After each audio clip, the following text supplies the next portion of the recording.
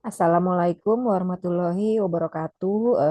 Selamat siang untuk mahasiswa-mahasiswi kelas transfer. Ini pertemuan kita yang ketiga ya di tanggal hari ini dan hari ini terakhir Ibu menggantikan di kelas ini. Baik, tanpa berlama-lama lagi kita lanjut saja ke pemaparan materi pertemuan ke-5 hari ini ya. Oke, Ibu akan share screen dulu untuk slide pembelajaran hari ini. Mohon ditunggu.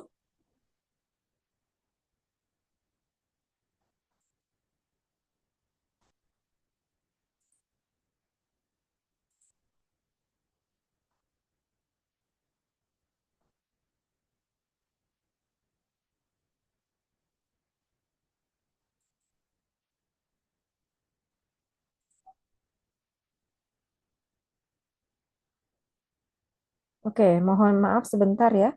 Ibu akan ulang kembali untuk share screen-nya.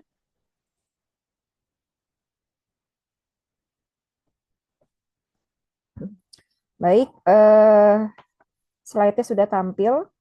Oke, untuk hari ini masuk pertemuan 5 tentang strategi pengembangan UMKM dan permodalan UMKM ya. Jadi ada dua materi, yaitu cara-cara bagaimana sih supaya pelaku usaha bisa mengembangkan usahanya dan juga untuk membuat UMKM itu permodalannya bisa didapat dari mana aja sih. Nah, itu akan kita bahas hari ini. Oke, sebelum kita masuk ke strategi dan permodalan, di sini ada tentang kelemahan dari UMKM ya. Kita ambil mayoritasnya aja. Kelemahannya pertama, pelaku usaha kurang melakukan pemasaran, modalnya kurang cukup, kurang memanfaatkan teknologi informasi, dan inovasinya kurang bersaing, kurang berkembang ya dengan pesaing lainnya. Kemudian sulitnya mendapatkan bahan baku, kemudian terbatasnya peralatan produksi, dan penyerapan tenaga kerja yang rendah, dan masih banyak lagi. Itu beberapa kelemahan dari pelaku usaha UMKM. Kemudian kita lanjutkan lagi. Nah, ini kemarin sudah dijabarkan juga mengenai ciri-ciri dari usaha mikro, usaha kecil, dan usaha menengah ya. Yang paling krusial adalah dari jumlah tenaga kerja, aset, dan omsetnya ya, yang menjadi pembeda antara usaha mikro, kecil, menengah. Kemudian, nah di sini ada salah satu strategi untuk mengembangkan usaha UMKM, yaitu dengan menggunakan analisa SWOT. SWOT itu apa? SWOT itu terdiri dari SWOT, yaitu Strengths, Weakness, Opportunities, dan Threat. Ya, jadi ini adalah teknik perencanaan strategi ya, yang bisa bermanfaat untuk mengevaluasi kekuatan dari usaha UMKM, kemudian kelemahannya, lalu peluang yang bisa diperoleh dan ancaman yang bisa terjadi, gitu ya. Nah, ini analisa SWOT ini atau analisis SWOT diperkenalkan pertama kali oleh Albert S. Humphrey pada tahun 1960-an ya. Kemudian kita lanjut lagi ya. Nah, tadi SWOT sudah ya dijabarkan singkatan-singkatannya ya, terdiri dari strength, weakness, trait dan trait ya. Oke, maaf Ibu ulang. Strength, weakness, ya, kemudian opportunities dan threat, ya. Oke, nah ini ternyata SWOT ini terbagi menjadi dua faktor ya, faktor internal dan eksternal. Nah kita lihat di sini, faktor internal yaitu terdiri dari strength dan weakness, yaitu kekuatan dan kelemahan ya. Jadi kalau suatu usaha pasti memiliki kelebihan ataupun kekurangan. Nah faktor eksternalnya yaitu berupa opportunities dan threat, yaitu peluang dan ancaman ya. Jadi bisa dikatakan ya ada dua faktor, internal dan eksternal gitu ya. Nah, kenapa sih analisa SWOT ini diperlukan? Apakah ada tujuannya untuk pelaku usaha menggunakan analisa SWOT ini? Ya pasti ada ya. Oke. Tujuan utamanya yaitu untuk mengetahui posisi usaha secara menyeluruh ya, baik dari faktor internal maupun eksternal. Sehingga pelaku usaha dapat menyusun strategi yang efektif dalam mengembangkan bisnisnya. Kemudian bisa mengatasi kelemahan dan memanfaatkan peluang yang ada. Peluang yang ada itu adalah ide yang dimiliki oleh pelaku usaha, di mana pesaing yang sejenisnya tidak mempunyai ide yang sama ya atau peluang yang sama gitu ya. Kemudian kenapa sih analisis SWOT ini diperlukan setelah tadi tujuannya apa sih pemanfaatan analisis SWOT? Tadi sudah dijabarkan ya. Analisis yaitu tujuannya. Kemudian mengapa analisis SWOT ini penting gitu ya? Karena dengan menggunakan analisis SWOT, UMKM dapat mengetahui kondisi bisnisnya secara objektif, memperkuat strategi pemasaran, memanfaatkan peluang pasar, serta meminimalisir resiko yang dapat menghambat ketergantungan usaha, gitu ya. Kemudian contohnya kita masuk ke contoh ya dalam penggunaan UMKM dalam menggunakan analisis SWOT ya. Contohnya misalnya adalah pemanfaatan analisis SWOT pada usaha mikro, yaitu bidang usahanya usaha makanan atau kuliner ya. Kekuatannya atau strengths-nya itu rasa makanan enak dan harga terjangkau. Kemudian kalau dari weakness, kelemahannya, lokasi kurang strategis. Untuk opportunitiesnya apa? Opportunitiesnya banyaknya pesanan online melalui aplikasi. Sedangkan threat, ancaman, yaitu persaingan ketat dengan usaha kuliner sejenis. Ya, nah itu penerapan analisis SWOT untuk bisnis kuliner ya atau usaha mikro atau usaha kecil. Ya, kemudian selanjutnya, oke, selanjutnya kita masuk. Ini sudah ya analisis SWOT. Nah, ini kalau yang berikutnya adalah metriknya.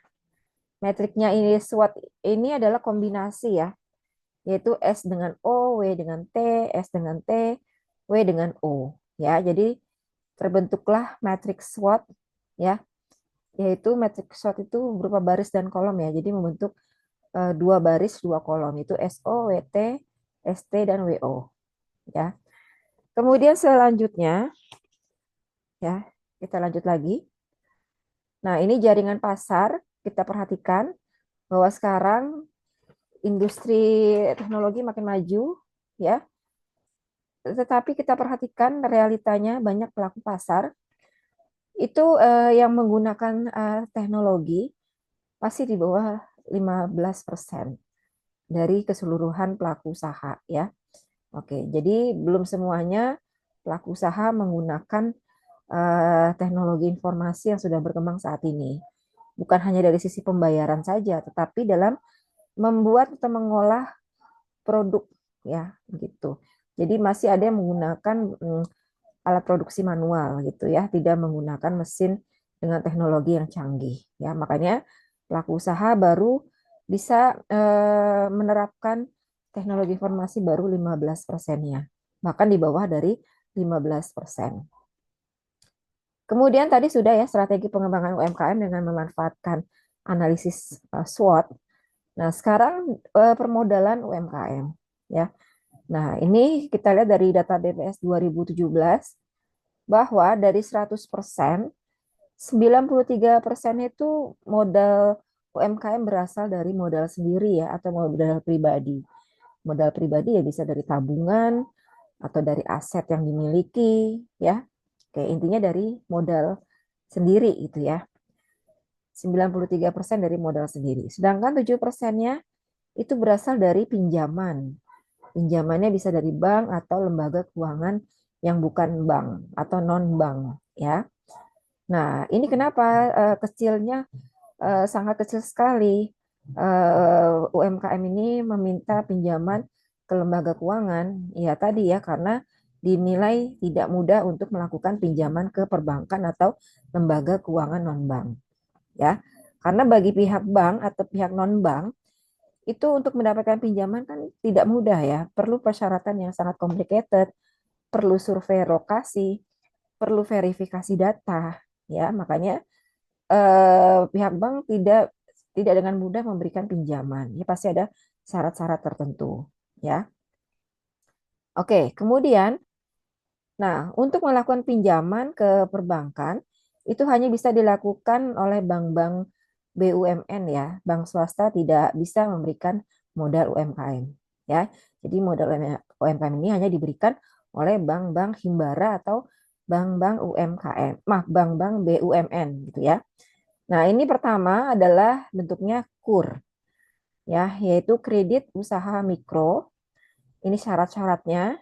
Dan ini kredit limitnya yang diberikan maksimum 50 juta.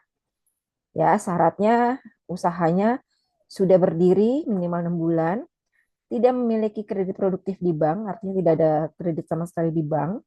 Kemudian memiliki izin usaha seperti NIB dan juga memiliki KTP dan KK. Ya, jangka waktu untuk kredit usaha, kredit modal usaha 3 tahun dan kredit investasi 5 tahun. Ya, suku bunga adalah 6% per tahun. Jadi ada 3 KUR ya yang boleh dipinjam ke bank BUMN. Tadi sudah, yang pertama adalah KUR mikro, yang kedua KUR retail, kredit limit yang bisa dicairkan, plafonnya adalah maksimal 500 juta, berarti lebih dari 50 juta sampai dengan 500 juta itu untuk KUR retail.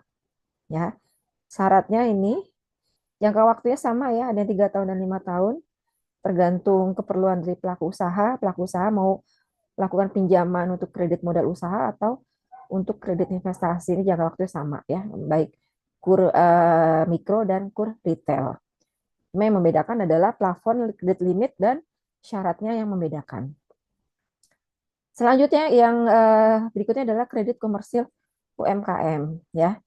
Nah, ini plafonnya pasti lebih besar ya dari KUR mikro dan KUR retail ya. Limit yang diberikan oleh kredit komersil lebih besar dan izin usaha harus ada dan usaha sudah berjalan minimal 2 tahun. Kemudian tidak di backlist dalam arti tidak masuk daftar hitam nasional.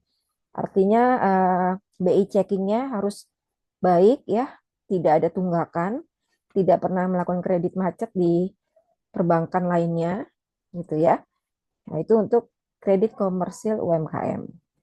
Oke, nah jadi itu ya untuk materi hari ini ada 2, yaitu strategi pengembangan UMKM dengan mengembangkan atau penggunaan analisis SWOT, dan yang kedua adalah permodalan UMKM. Jadi permodalan UMKM ini ada yang berasal dari modal sendiri, yaitu sebesar 93%, mayoritas masih menggunakan modal sendiri, dan 7%-nya didapat dari modal pinjaman dari lembaga keuangan bank atau non-bank. Oke, itu aja ya ringkasan materi hari ini.